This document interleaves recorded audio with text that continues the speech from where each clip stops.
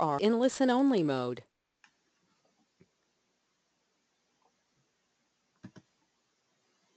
Hello everyone, I'm Sean Esterly with the Clean Energy Solutions Center, and welcome to today's webinar, which is hosted by the Clean Energy Solutions Center in partnership with Enerdata. And today's webinar is focused on the risk assessment of power projects.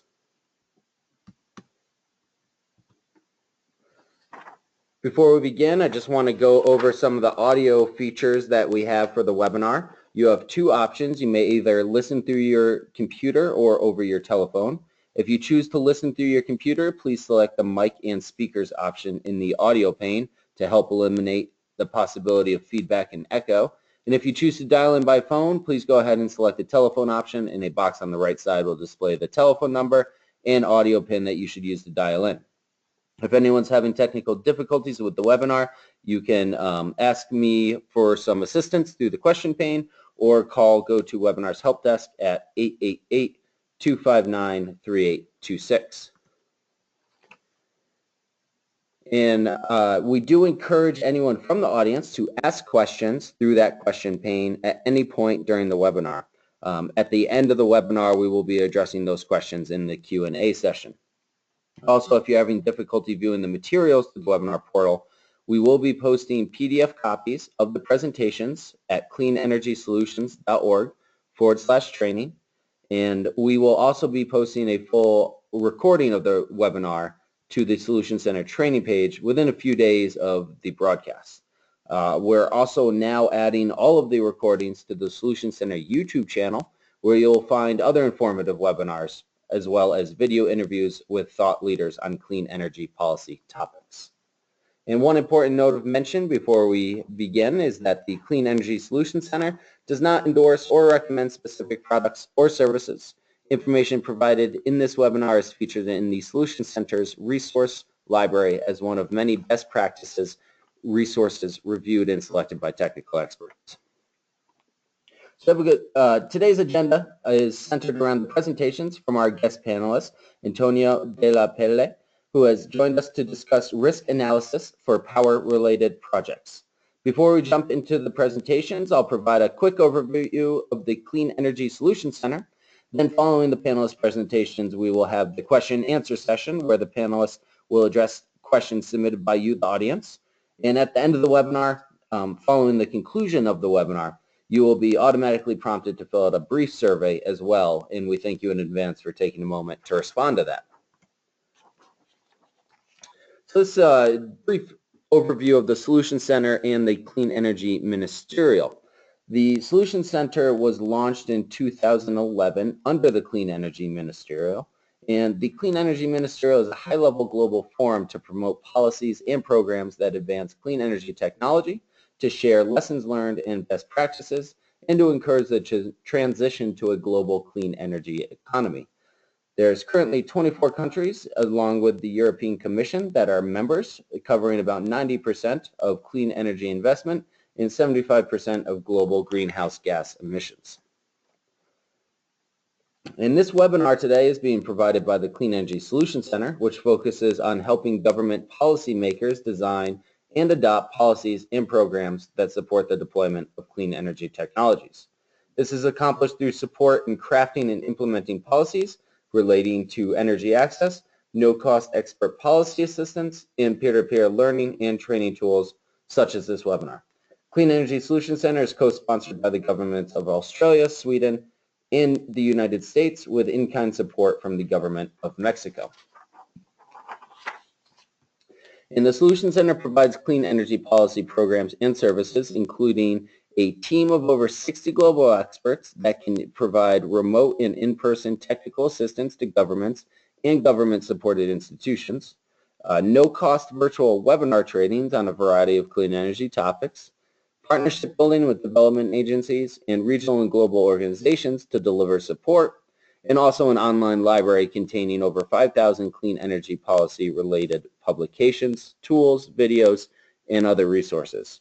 The primary audience for the Solutions Center is made up of energy policymakers and analysts from governments and technical organizations across all countries, but then we also strive to engage with the private sector, NGOs, and also civil society.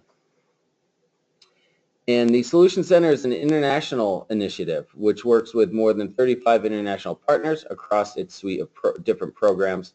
Several of the partners are listed above and include research organizations like IRENA and the IEA, programs like SE for All, and regionally focused entities such as the ECOWAS Center for Renewable Energy and Energy Efficiency. And finally, I just want to highlight one of our marquee features under the Solution Center, and that is the no-cost expert policy assistance known as Ask an Expert. The Ask an Expert service matches policymakers with one of our more than 60 global experts selected as authoritative leaders on specific clean energy finance and policy topics. So for example, in the area of resource assessment, we're very pleased to have Kuda Nukaloka, consultant and energy infrastructure expert, serving as one of our experts. So if you have a need for policy assistance in energy management, resource assessments, or any other clean energy sector, we encourage you to use this valuable service. And again, the assistance is provided free of charge. So if you have a question for our experts, please go ahead and submit it through our simple online form at cleanenergysolutions.org/expert. We also invite and encourage you to spread the word about this service to those in your networks and organization. And so now I'd like to provide a brief introduction for today's distinguished panelists. Today we'll be hearing from Antonio Della Pelle, who is a chemical engineer with 20 years of experience working in the energy industry and has been advising several governments and private companies on projects related to energy markets review, global energy outlook, power generation, and energy policies analysis. And so now, with that, I'd like to turn things over to Antonio.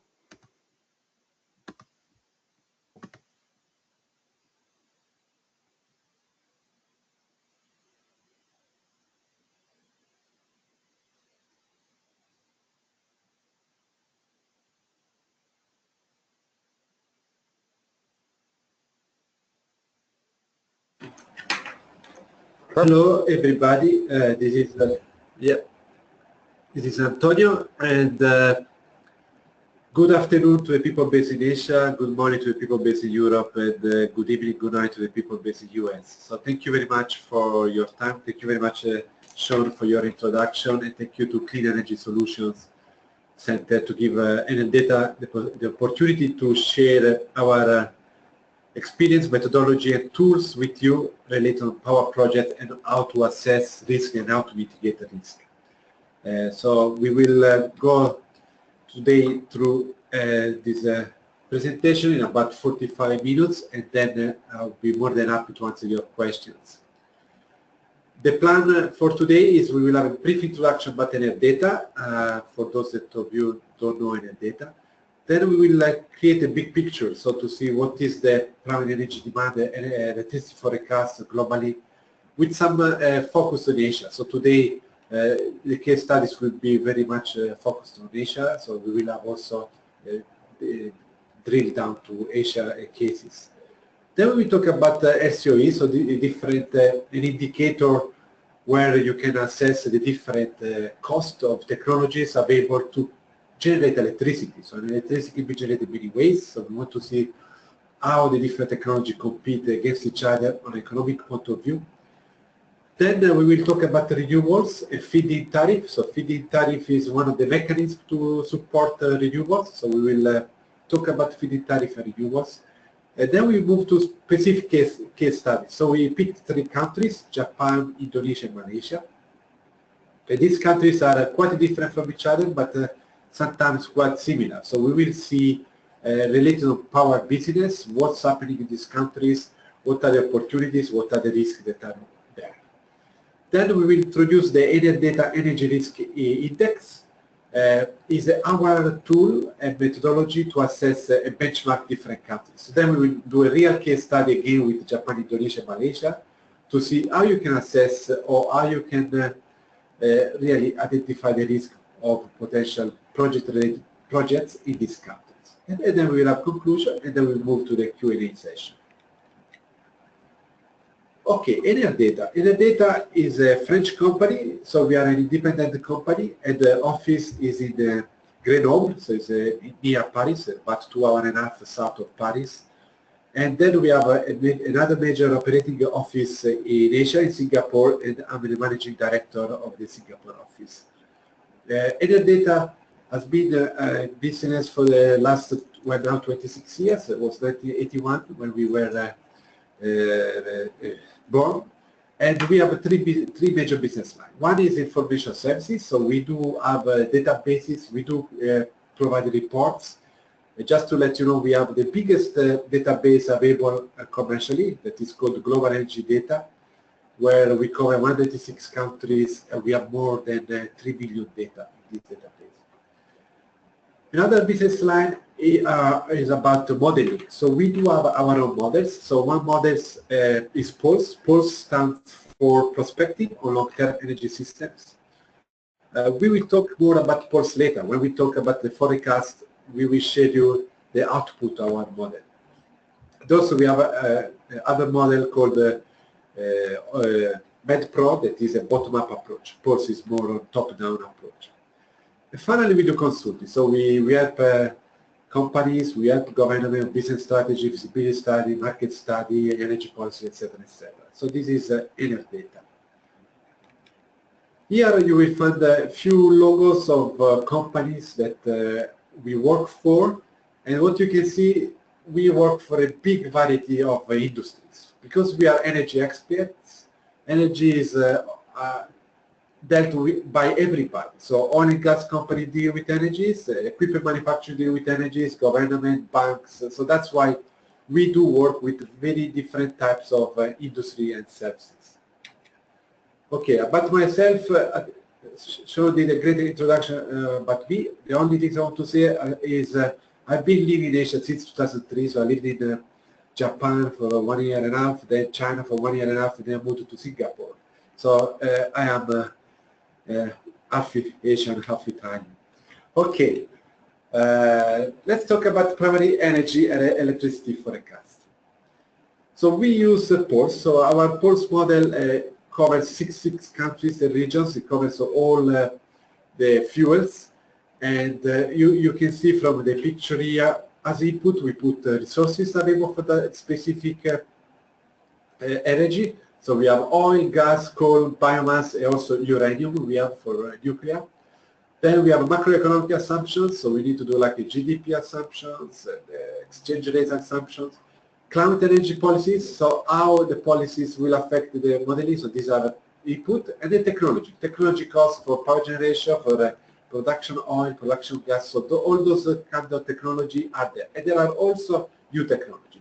So then we run the model. So the model has the supply module, the final demand, transformation, final demand. And then output we get the international prices. So international prices is a balancing output. So the model based on the production cost, based on resources, based on distances, we calculate the different balances, and then based on those balances, there is a price for the oil, for the gas, for electricity. So this is the model that we use, PULSE, and the next few slides that we will go through, you will see there is a reference to 3 scenarios that we have run in PULSE.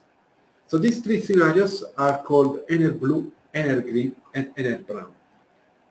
To make it simple, I would say Ener-Blue you can recall as it the INDC scenario. So as you know, in Paris 2015, there was an agreement by many countries made that they will commit to reduce emissions. So we run the scenarios where we say all those countries will achieve their commitments by 2030. Then when we run the scenarios, what we have seen is that temperature increase is more than 3 degrees Celsius. We do know that there are some scientists saying that if the Earth temperature goes above 2 Celsius, we will be in a big problem. So what we do is we run, and you will see another scenario called Ener-Green, where we target to have a temperature up to 1.5 degrees. So this is called Ener-Green. And Ener-Brown, I would say, is a sort of scenarios business as usual, not much emphasis on climate change. And that is what we call Ener-Brown. So when we look at different pictures, you will see blue, green, and brown. And then in many other slides, we just take the base scenarios, that is the Ener-Blue scenario. Okay, on this slide, that is just a summary, I would like to bring your attention to 2 or 3 key points. First, the primary consumption. So what we can see is for Ener-Blue and Ener-Brown, we have the energy demand growing. And it's the only Ener-Green scenarios where the energy demand may peak at around 2027 to 2028. But this is quite important because, you know, we peaking of any total primary consumption is still a new concept for us. You know, we talk about peak oil peak and other things, but total energy demand peaking is a bit different concept. And what we see is with the Ener-Green, because the behavior of the customer changes, the behavior of the user changes because we are more keen on renewables, more on saving energy. So what we can see is that we can achieve a peak on primary consumption. Now, if we move on share fossil fuels, what we see that Ener-Brown and Ener-Blue, we still have fossil fuel that account for more than 70%. So it's a big percent. And the Ener-Green is only one that where we can see a reduction down to 50% for fossil fuel. Okay, let's move to another slide. So this other slide is interesting. It's really talking again about the peaking concept that we have in Ener-Green. So if I focus on Ener-Green, you can see the primary energy demand is going to peak around 2020, 2030. So this is very important. The other 2 scenarios, we have a continuation growth of primary energy demand, and then you can see the breakdown. So you can see oil still plays a part of it. So oil mainly is used in transportation and petrochemical industry. Then what we can see is growth of gas. So in all scenarios, gas is growing.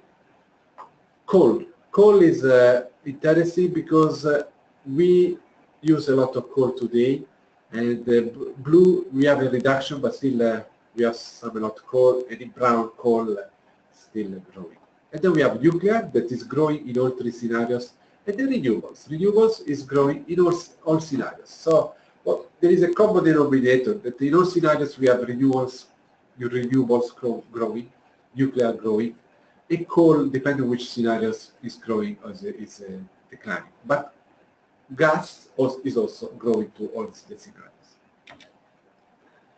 Where this growth is coming from?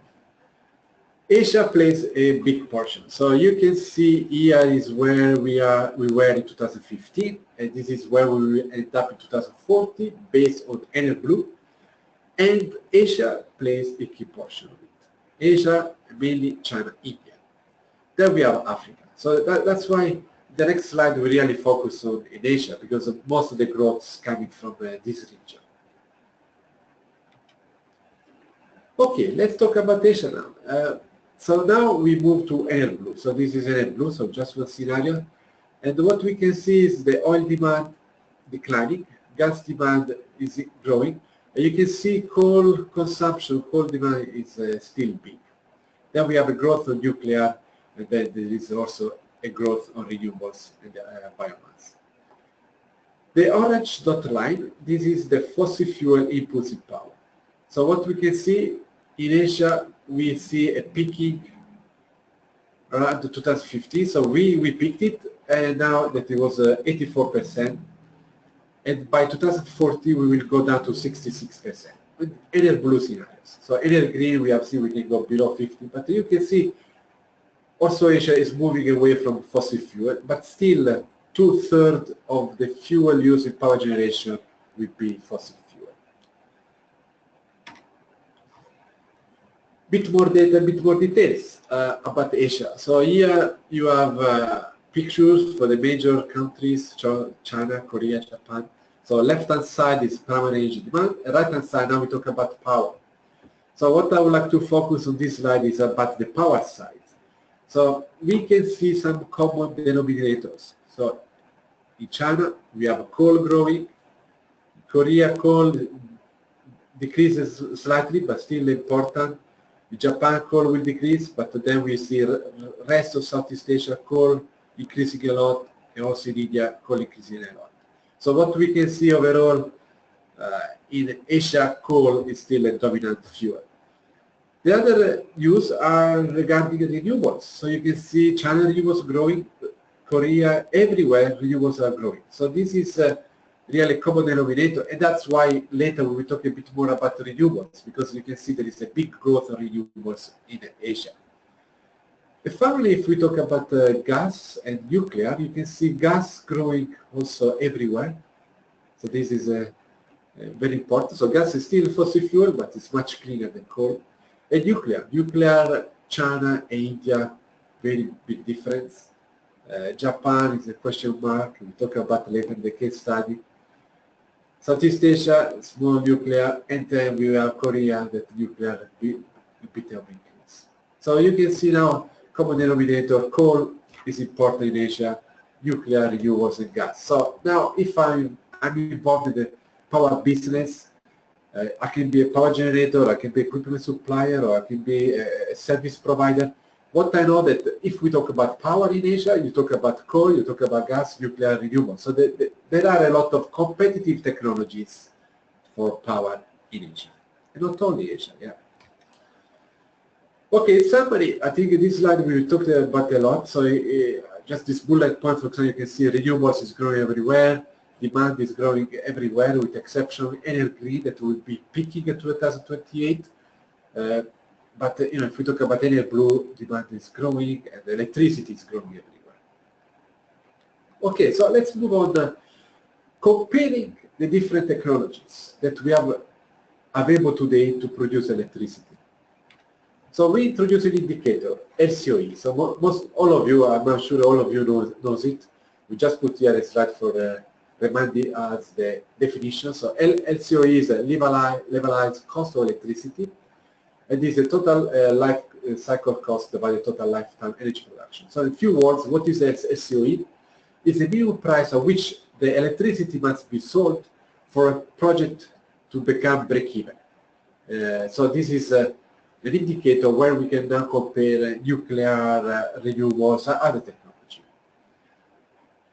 So we have taken as a reference this study concluded a few months ago by Lazard. This is the US market.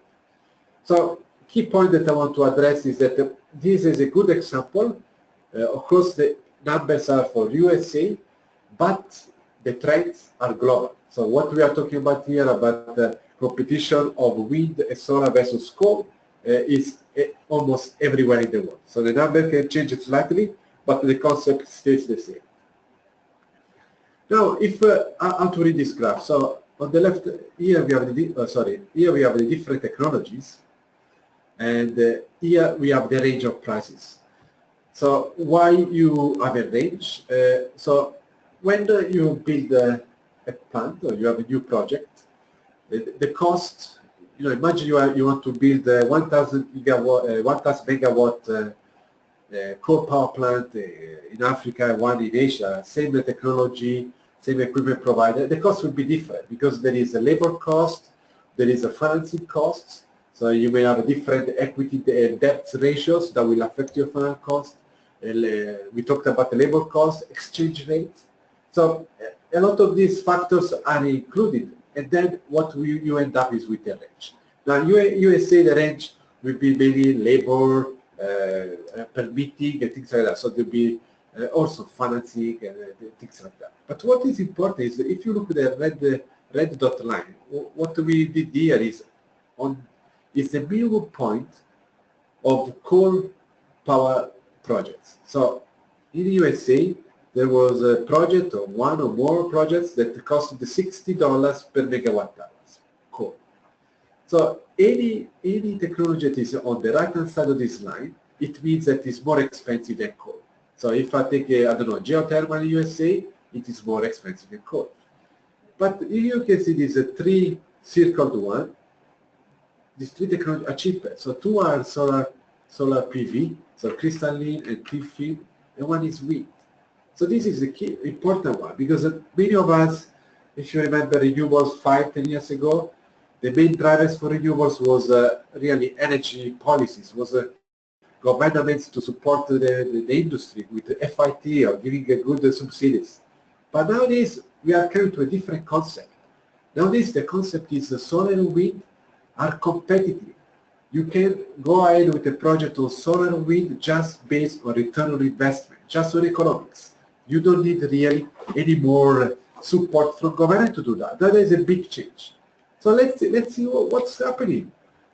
So again, this is USA, but the cost of wind and solar has been decreasing all around the world. So if we look at these two graphs, you can see the wind LCOE has decreased by 66% from the period 2009-2016. So the last 7 years, 66% reduction.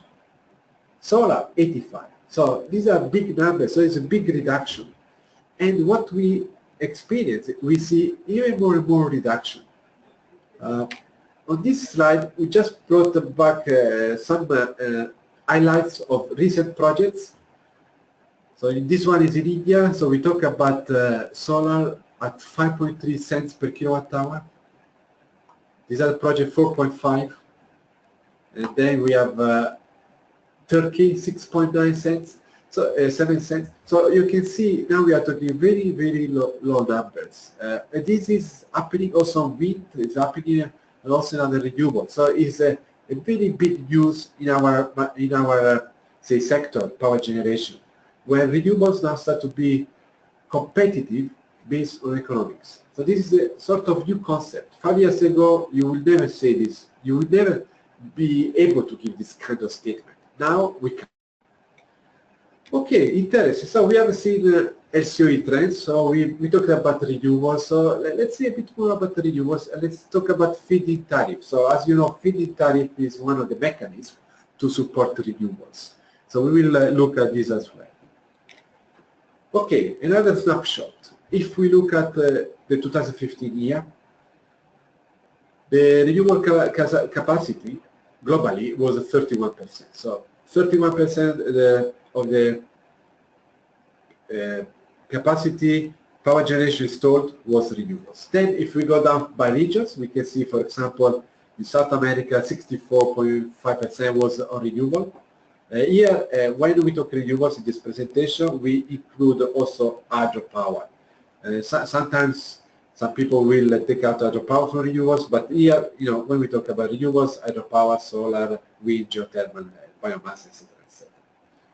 Okay, so here you can have a good feeling of renewables. So everywhere, renewables getting a good share of the capacity available. Now, if we look at the future, these numbers are quite exciting for us because it really shows for the next 20 years there is a lot of business for people involved in the power generation. You can be, like I said before, equipment, power generation, and things like that. But things are going to change quite a lot. So, for example, if you take USA solar, we talk about the 25 gigawatt installed in 2015, going to 233, so 10 times more. South America from 2 to 71, Africa 4 to 157, China 51 to 400. And the same is for wind, the same is for hydro, and nuclear is a bit different because, okay, let's talk first about renewables. Yeah. So renewables, what we can see is there is a big growth. So it's a big growth of solar, wind, and geothermal in all the regions. Nuclear also there is a big growth. So nuclear is a clean energy. You can see Europe will be reducing, so some countries start to remove nuclear. USA will be stable, but in Asia, nuclear is growing, especially in China and India. So in the future, really, Asia will have the biggest amount of nuclear installed. So in addition to what we have in Japan, what we have in South Korea, Taiwan, we will have China and India. So really, Asia will start to be leading in the nuclear and also nuclear technology. Okay, renewables. What the government's targets are and where we are. So here you can see for you will have these few countries repeated a few times during this presentation. So we did say Malaysia, Indonesia, and Japan. We will have a defined case studies for them. But we also thought when we put the references, we should put also China, India, Korea, because they are big players in Asia about power generation and power markets. So what we can see here is the total installed capacity of renewables in 2015. So you can see China is another level, so it's a big country. And now you can see the growth, the annual growth for the period 2010-15. So what you can see is that we all talk about around 8+%. So it's a big annual growth in any countries. So including Japan. Japan where electricity consumption, population is declining, population is aging, but we still have more renewable coming, and that has been also supported, unfortunately, by the Fukushima tsunami that costed many lives, but made Japan change a bit the way to think or how to produce electricity. And this is, you can see the share of production of electricity in those countries. So we can see Korea is only 2%, and China is 25%. So we go from 2 to 25. But what is important is all these countries have clear targets on renewables. And that supports, for people who want to do business in this area. So there are clear targets given by countries. In addition to that, we know that these countries, together with many other countries in the world, have given commitments to reduce emissions. So again, this is important because when you do a business plan, or you want to invest somewhere, or you want to put a plant in any country, you need to be fully aware of the energy policies. You need to be fully aware of what the government is supporting more, and what the government is supporting less, which technology is a favorite against others. So this is very important for you to know. Okay, we talked about renewables. So we have, you can divide renewables in two different categories, proven technology and emerging technology. So today we really focus on proven technology. So it's a solar power, wind power, biomass. You can add the hydro and the geothermal. And the emerging technologies, there are several emerging technologies such as hydrogen, such as ocean energy that we'll not discuss here today. But what we know is that on the renewables, if we move to the FIT side, in Asia, most of the countries have a feed-in-tariff system mechanism. And all the countries have a renewable target. For Singapore, we do have a target. So they do say 600 megawatts of solar. It's the only renewables that really Singapore has in addition to municipal bio-waste. That's why there is not hard target to renewable. But what is important is there is a target to renewables in all the countries and the feed-in tariff in most of the countries in Asia. Now when we talk about FIT, here we talk about a very complex situation and a very dynamic system. So we put two examples. One is China wind FIT and one is Indonesia biomass. What these two things have in common is first, regions. So FIT is not the same for the whole country. So in China, big country, so you have different regions, you get different FIT. So now imagine you are a wind turbines provider. You need to know that some regions are providing better FITs than others. So that can also give you some criteria for ranking where I should go first, second. The other key point is these FIT are changing with the time. And the trend is that you can see lowering, because the government says, okay, now the technology is cheaper, it's more economical to do, so you need less support from us. So you need to know, okay, what happens if I do a project today?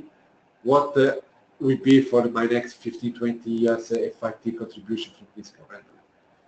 For Indonesia, similar story. So here is a biomass. You can see there is a definition of different biomass. Each one has a different feed-in tariff.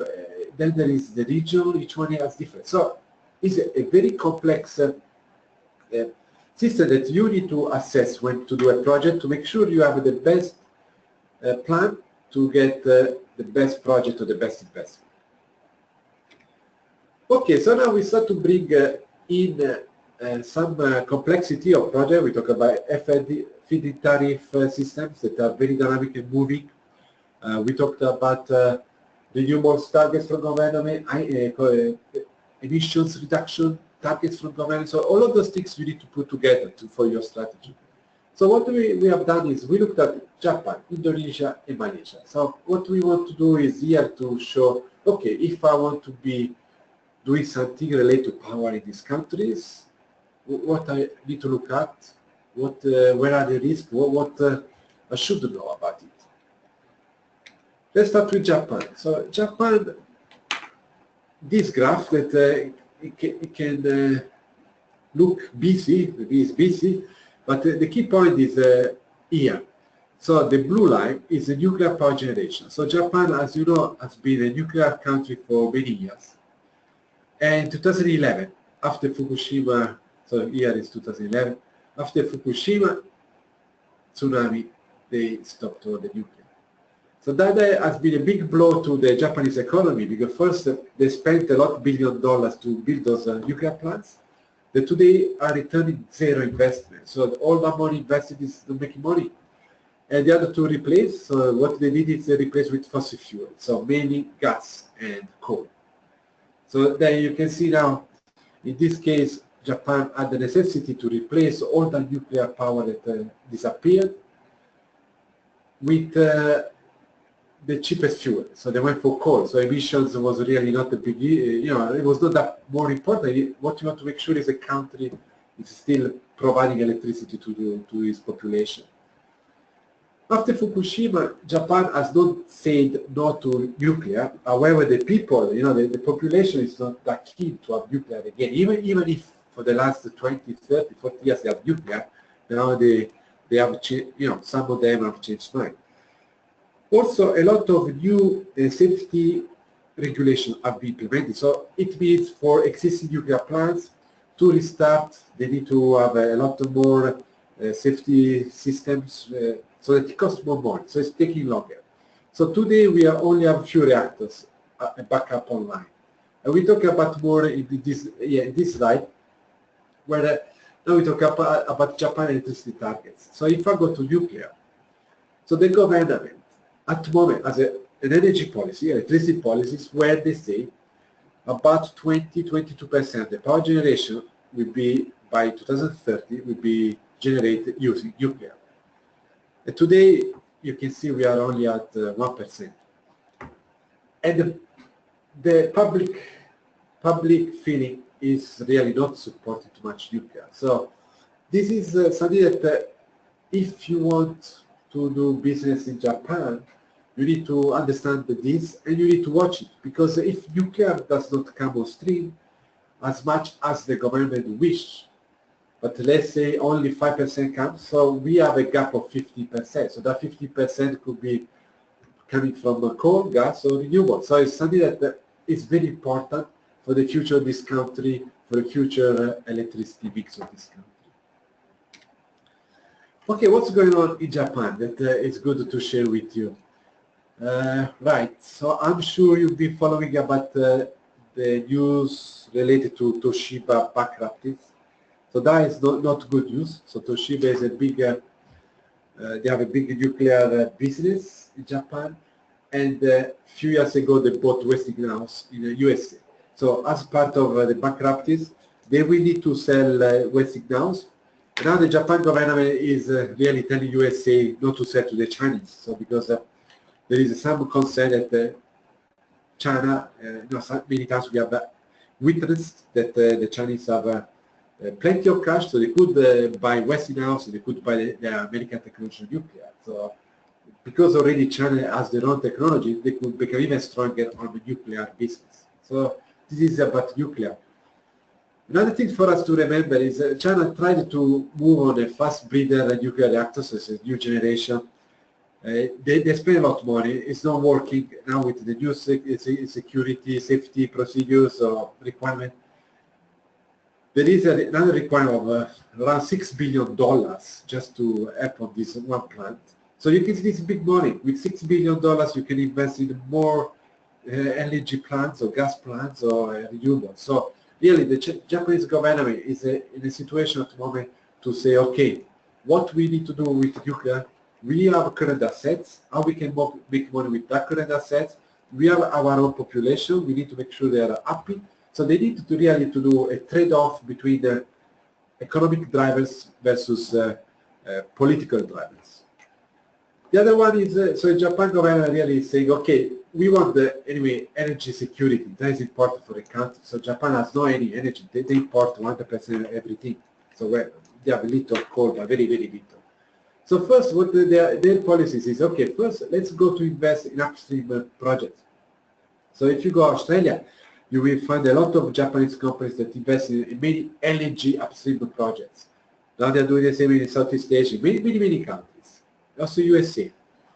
Then they want to move more on LNG. So LNG, so they want to avoid the crude oil price volatility by moving to LNG, where they invest in the full value chain. So they are investor on the upstream, they are investor on the dispatching of LNG, and then they are investor on the using the LNG. So because they are involved in all the sector of the value chain, so they can share the risk, or can spread the risk around the value chain.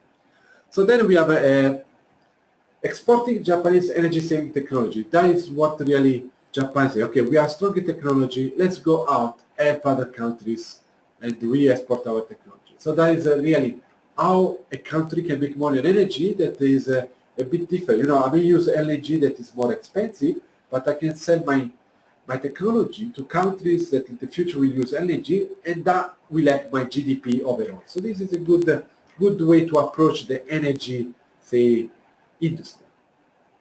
Finally, here is a reminder about LNG, where we were talking about, where the Japanese invest upstream, and this is downstream is really producing LNG, and this is in Malaysia.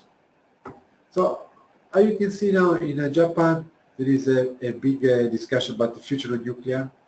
There is also another discussion about the deregulation of the electricity market. So today the electricity market in Japan is regulated. They tried already for many years to have some sort of deregulations, but today still not working. So there are opportunities also there to be involved when the Japanese electricity market becomes fully open. Okay, let's talk about Indonesia. Indonesia is different from Japan. Indonesia has its own coal, they have gas, they have some oil. So because they have their own coal and gas, so you will see on the power generation the amount of coal percent is quite high because they use their own coal and it is quite cheap. And then they use a lot of gas. So they start now to replace some of the oil with the gas and the coal. And then you can see other power and geothermal, so it's very strong on geothermal as well in Indonesia. So what we can see in Indonesia have some resources on the coal and gas. And coal, unfortunately, is not the cleanest resource. But when a country is growing, it's very important that you grow and you support your economy. And so if you can produce electricity cheap, you will support the faster growth of your country. So this is very important to bear in mind when we talk about this kind of countries. The other one that is important to recognize about Indonesia is Indonesia is a country formed by more than 1,000 islands. So if imagine you were doing an electricity model based on, I don't know, minimize the cost of power production, you could come up with a big nuclear power plant to supply all the energy to Indonesia. This is not possible. When you have many small islands, forget it. There is no way you can have a transmission of a big plants. So the geography of the country push really the way you can do the best power generation. So if you have a small island, today the small island use diesel generators. So what the Indonesian government is looking at, and what they are supporting is the change of moving away from diesel power generators to sort of gas engines or small-scale energy and renewables. So this is one thing that the Indonesian government is pushing at the moment. And then in addition, in places where big islands, where for example Sumatra Island or the Java Islands, where is Jakarta, to build big power plants that could be gas or could be coal. Now, if we look at electricity targets, you can see today installed capacity coal is more than half of the total installed capacity in Indonesia, and then a quarter is from gas. So coal and gas really are the dominant energies in Indonesia, and we see renewables more and more coming up. If we look at what's happening at the moment, we talk about the islands. This is a good example of a project, so 22 March, so a few days ago. So in total, 8 gas-fired mobile power plants. So this is gas-fired engines versus, say, oil diesel engines. 500 megawatts in different islands. So this is one way they are going to do it. They are doing it.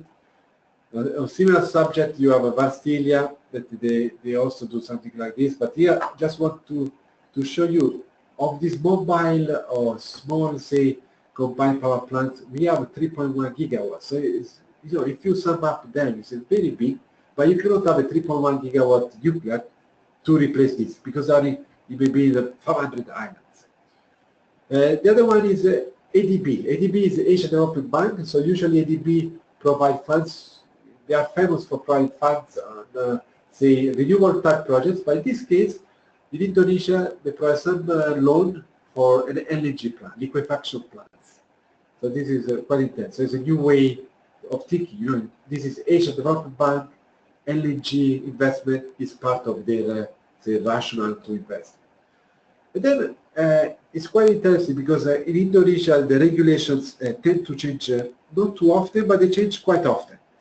And now there is this new regulation, 10/2017. I think the key point is, so today if you produce electricity in Indonesia, you can sell only to PLN. So PLN is the government, and PLN will be the people that will buy your electricity. And you will need to do a PPA with them. So in the past, PLN had the sort of obligation to sign 30 years PPA contracts. Now with this new regulation, PLN can have a clause where they can sign only for 15 years. So now how you can understand, because the reduction of guaranteed revenues for projects like coal plants, this is a sort of a negative regulation, because your coal plant life usually, you know, people think is 30-40 years, so you do a return investment 30-40 years, so you want to have a PPA, do it for the full life cycle. However, because they are moving PPA to a shorter time, this, you know, this can affect the final decision. Let's go to Malaysia. Malaysia, a similar story. Malaysia also has some gas, some oil, not too much coal, very little coal. But you can see here, they start to have more coal power plants. They still have a lot of gas. They start to replace the oil. And what we will see later is they are starting new coal power plants so that they can free up some of the gas to be sold as LNG. So, you know, it looks quite complicated business model what Malaysia has been doing or what is doing. But if you think about Malaysia, for the last 20 years has been an exporter of LNG. So a lot of GDP of Malaysian countries comes from selling LNG, liquefied natural gas. Now, because their own domestic natural gas is decreasing, so what they are doing is, because they make good money by selling LNG, especially in Japan, so they start to import coal, to burn coal, to produce electricity, so that they have some more gas to sell. So that is a bit interesting to think, you know, is this business model sustainable in the long term? If we look at Malaysia, in 2012, they are the only gas imports that was from pipeline from Indonesia. So they were buying gas from Indonesia, 2.3 BCM.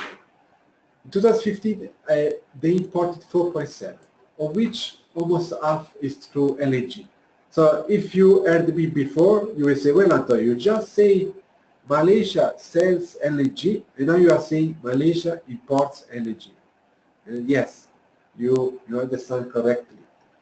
So because Malaysia has several long-term contracts, so usually LNG contracts in the past were 10, 15, 20 years, so they have obligation to sell LNG. So they cannot, they could say, okay, I'll stop selling LNG and pay a penalty, but it's a big one.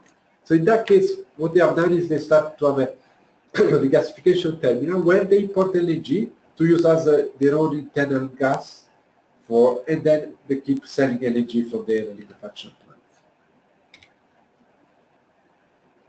Okay, so this is similar. I know that at the end of this webinar, this presentation will be ready available for download, so a lot of these numbers, so a lot of this information you can read later by yourself. I think the key point from Malaysia is if we look at what's going on at the moment, I would like to bring your attention to a few things. One is there is a big push on solar. So Malaysia today on renewables, if we talk about solar and wind, the percent is less than 1%, so very, very small. So really, the government needs to do something to support more renewables, and they are doing it with the solar. So you can see solar for 160 megawatts next tender. Same time they are building CCGT, so they are using new gas-fired turbines for power generation, 100 megawatts. At the same time, on the right-hand side here, you can see Malakoff started a 1 gigawatt of coal. So now you can see here I talk about solar, yes, growing, gas growing, yes, coal growing. So you can see almost any technology is growing in Malaysia. And then we're talking about the LNG. So we were talking about the fact that Malaysia has some old contracts to satisfy, but at the same time they are signing new contracts. 15 years LNG import contract with PTT Thailand for 1.2 billion tons a year. So this is quite interesting because what we have seen is the gas, domestic gas is depleting. So you expect Malaysia maybe to do less sales of LNG, but they're still signing long-term contracts with a good size. Okay, now what I want to do here is really to share our experience as Enerdata and also as Antonio when you are involved in the feasibility study projects. Like here, we just look at 3 countries, Japan, Indonesia, Malaysia. So they all look at having a good opportunity. So it seems, oh, that's good, we go there, we will make business, we make money. At the same time, each of these will have a risk. Then on another side is, okay, imagine you are a company that you want to be involved in this market in Asia. So you say, okay, where I should go first? Because we have seen Indonesia needs electricity, Malaysia needs electricity, but Cambodia, Philippines, Japan also maybe, because if not nuclear. So how do you rank where I should go? Can I go 20 countries? You want to be focused. So what we have done, we created an Enerdata Energy Risk Index. So this is really putting together 20 years experience of doing consulting projects, doing feasibility studies, and try to make a methodology that is transparent, robust, and it is replicable, so that you can quickly do a benchmarking between different countries. Okay, so feasibility studies, if you do a feasibility study, there are different milestones, blocks that you need to look at. So one is policy regulations, you need to know those. Then you need to do market assessment, do this business here, can I make money? Then the size. Then they say, okay, we are talking about electricity, I know this country needs electricity, which technology? Do I go renewable, do I go wind? Then economic analysis, okay, I want to know return on investment. So you need to have all the cost factors, financial indicators.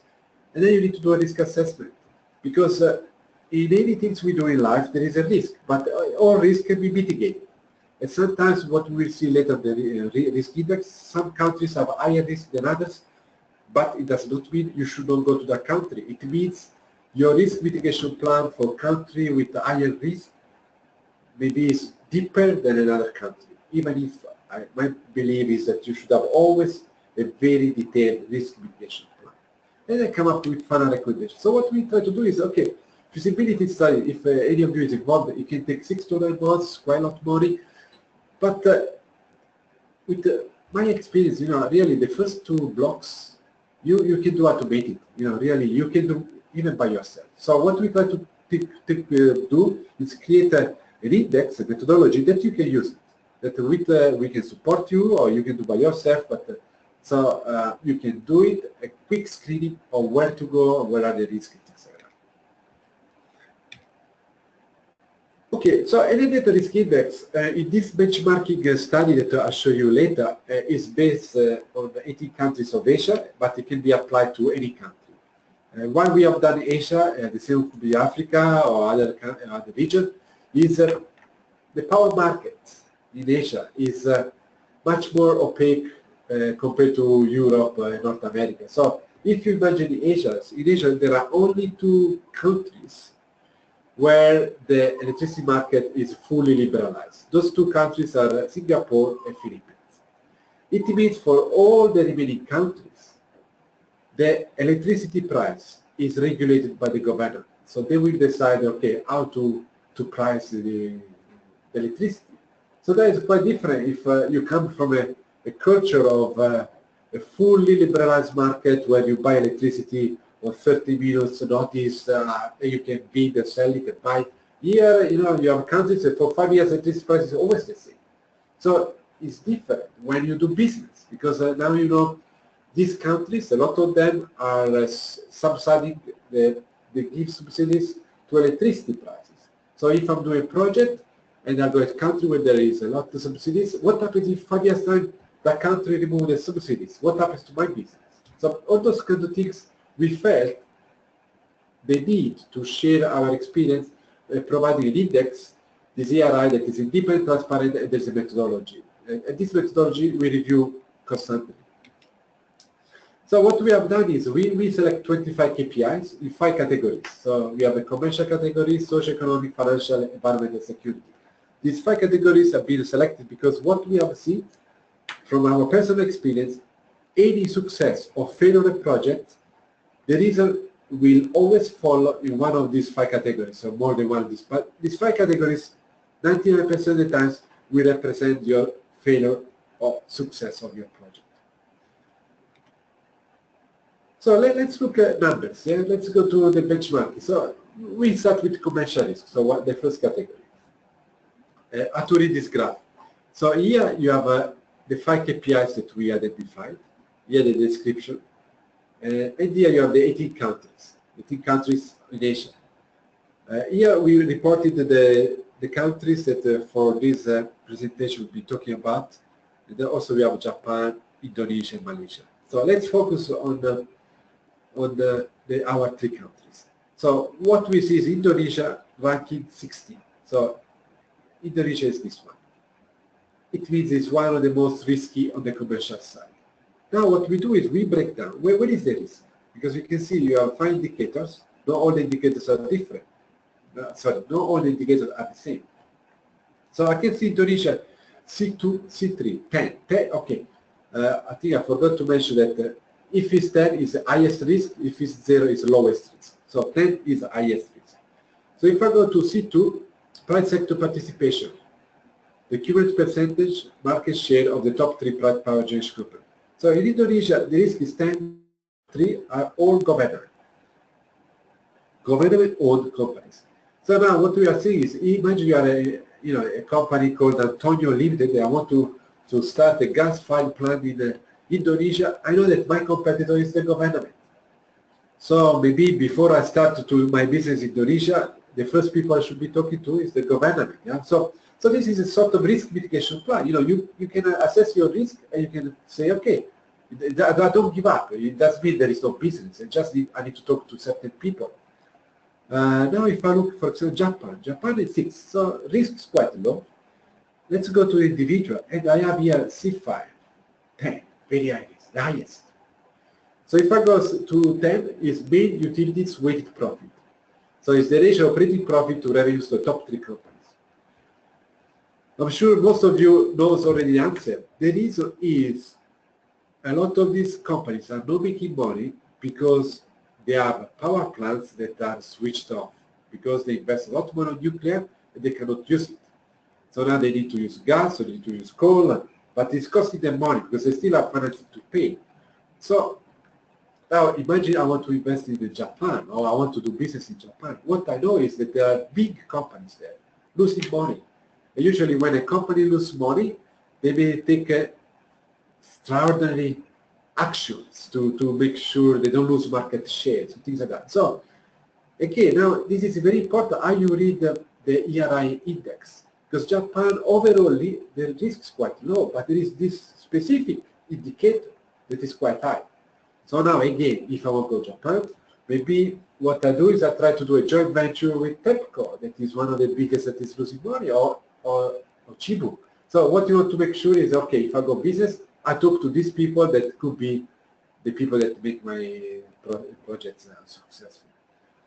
Well, I think I gave you an idea of how we read these indicators. Let's do this slide, and then you can read it later at home. So this one on socioeconomic risk. If we look at Japan, so the ranking is a 7, Indonesia 80. Indonesia is the most risky one, and Malaysia average, like Japan. So let's take again Japan.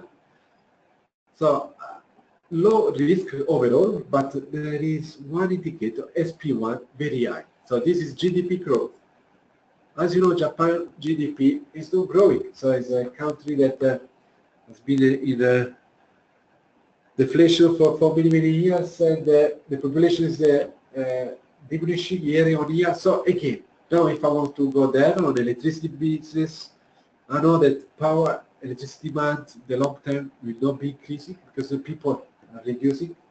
It's already a fully developed country. So I need to really understand what kind of business, because maybe here the answer is, okay, I don't go for pagination, but I try to be involved on the liberalization of the market. Maybe I try to be there the first server provider or software provider on the software that does a transaction of electricity. So in 1, 2, 5 years time, when Japan will be ready to be a fully liberalized market, I can do business. So this kind of risk analysis. And then we have financial risk, same. Like Indonesia, you can see score high again. We have a F2, F3, similar to Malaysia. So let's go to see. Okay, exchange rate. If you look at, or if you have been in Malaysia or Indonesia, you may have seen that in the last 2-3 years, the exchange rate, if you have US dollars, or even if you have euros or Singapore dollars, you can buy a lot more Indonesia rupiah and Malaysia ringgits than before. So those countries, their currency lost a lot, especially because they export some oil, like Malaysia, some gas that is linked to oil price. Oil price went down, so their currency went down, GDP went down. The other one that is very risky for these two countries, but the same is Japan, F3, foreign direct investment. So here I want to see how much of the investment that is happening in that country is money coming from abroad. Because if there is a lot of money coming from abroad, and I can assume I'm coming from abroad to invest in that country, I feel quite comfortable if I know that there are lots of money coming from other countries, so people feel comfortable. But if there is very little money coming from other countries, then there must be a reason. So then here you need to have a risk mitigation plan to understand, okay, why these countries get little FDI. And then if your FDI is a decision factor, then you may go to other countries where you get higher FDI. Okay, I will skip as a couple. So really, I want to go to a conclusion because now I'm very interested in the Q&A session. So in conclusion, booming market. What we have seen is the market is definitely growing, and the electricity market demand is growing everywhere. So this is not just Asia. So here we're talking about the electricity market is a market that is growing all around the world. Now if you look at global opportunities and local opportunities, Asia will play an important role. We haven't seen that. Power markets with both new installation, a change of regulation moving towards the regulated markets. So what's happening here is that in addition to have a necessity of additional power capacity, we are also witnessing the electricity price, the electricity model system changing. So there is double change. So it's more capacity, a different way to regulate the markets. Then if we talk about renewable specific, we have seen that all those countries have a specific target to renewables, and all those countries have made commitments on INDC, so renewables definitely has a good support for future. And in addition, fossil fuel, we have seen that it's not going to disappear tomorrow. So gas is playing a big role, but coal, in Asia we have a lot of it, and today we still have several plants under construction, coal, some just started, and those that are just starting, they will not stop in 2 years time, 5 years time, because you need to recover money. So for the next 10, 15 years, those coal power plants will be working. Finally, a power project presents plenty of risk, but it's not just power projects. Anything we do in life, there is a risk. But in specific case, we have seen here with the case study, each country has its own peculiarity. Each technology presents a different challenge. So what you need to do is really identify the risk first, and then have a good way to mitigate the risk to ensure profitable business for long term.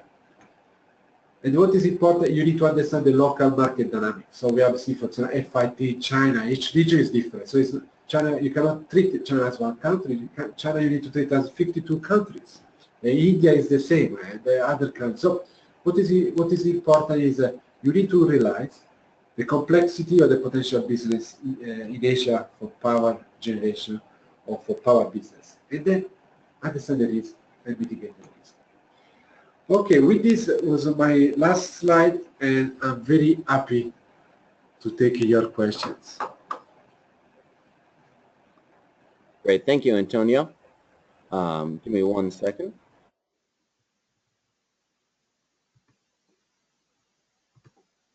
And just a reminder to the audience, if you do have any questions that you'd like to submit, you can do so by sending them in through the question pane there in the GoToWebinar side panel. One of the first questions that we have to start, let me pull those up.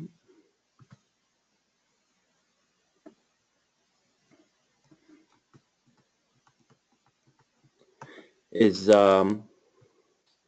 in your ERI index, you considered 25 KPIs. Have you considered more, and why haven't you considered more KPIs?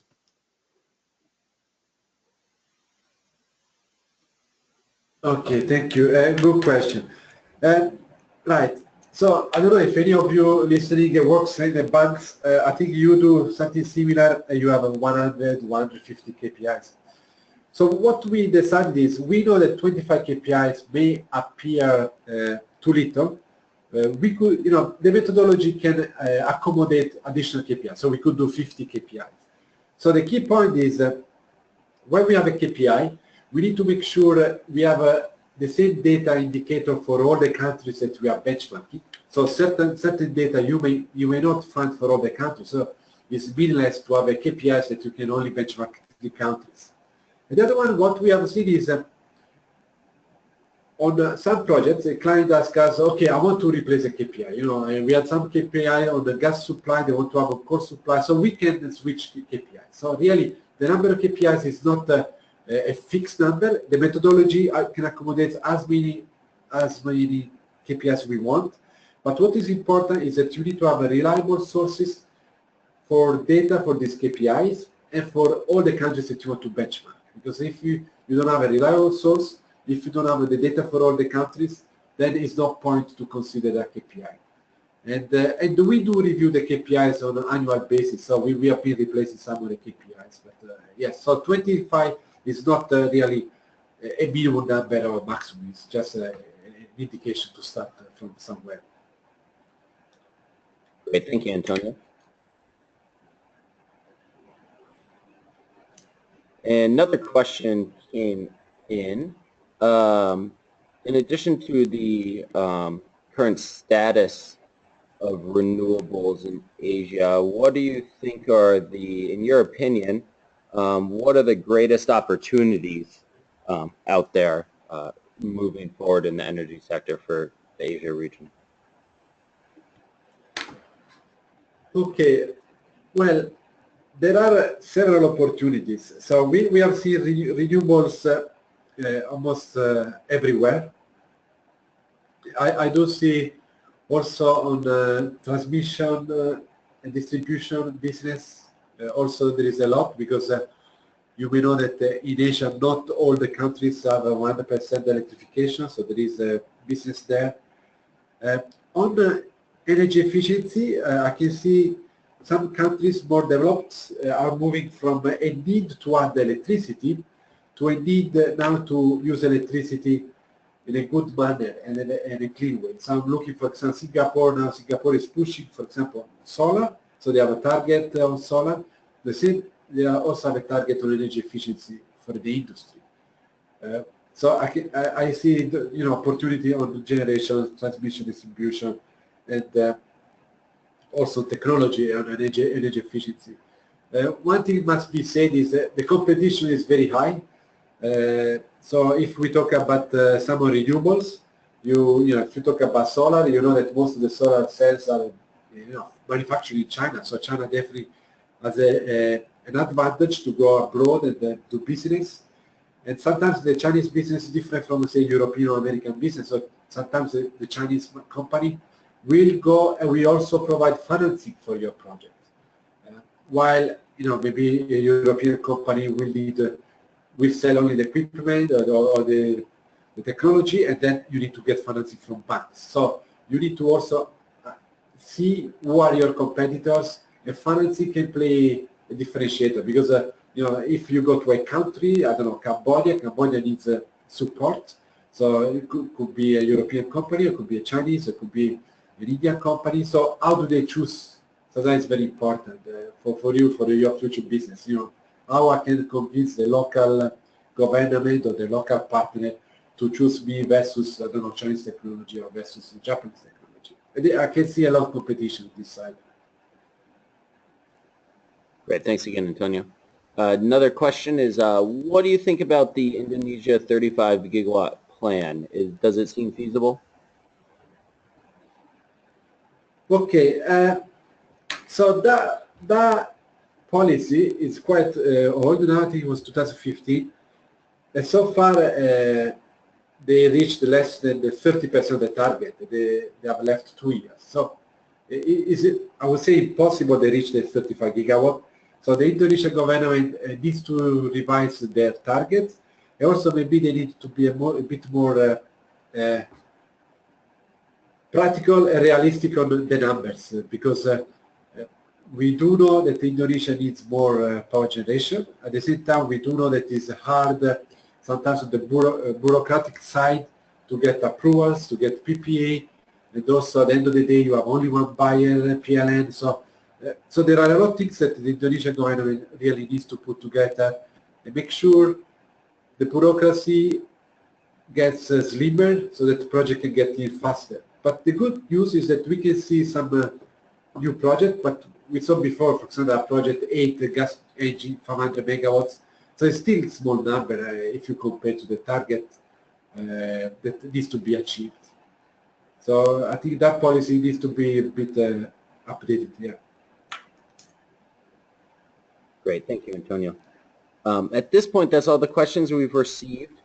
If we do have any other questions come in, we can certainly come back to them. But with that, we'll move ahead to the wrapping up the webinar. And so on behalf of the Clean Energy Solutions Center, I would just like to extend a thank you to Antonio for the excellent presentation today, and also to our attendees for signing into the webinar and participating in today's webinar. We very much appreciate everyone's time and hope in return that there were some valuable insights that you can take back to your ministries or departments or organizations. We also invite you to inform your colleagues and those in your networks about Solutions Center resources and services, including the no-cost policy support through our Ask an Expert service. And I also invite you to check the Solutions Center website if you would like to view the slides and listen to a recording of today's presentations, as well as previously held webinars. Additionally, you'll find information on upcoming webinars and other training events. And just a reminder, we're also now posting webinar recordings to the Clean Energy Solutions Center YouTube channel. Please allow about 1 week for the full recording to be posted up there. Also, I'd encourage you to go out and check Enerdata online as well for more information. And finally, I would like to kindly ask you to take a moment at the conclusion of the webinar to complete the survey that will pop up. There's only a couple brief questions and your responses are very valuable to us. With that, I hope everyone enjoys the rest of your day, and we hope to see you again at future Clean Energy Solutions Center events. And this concludes our webinar.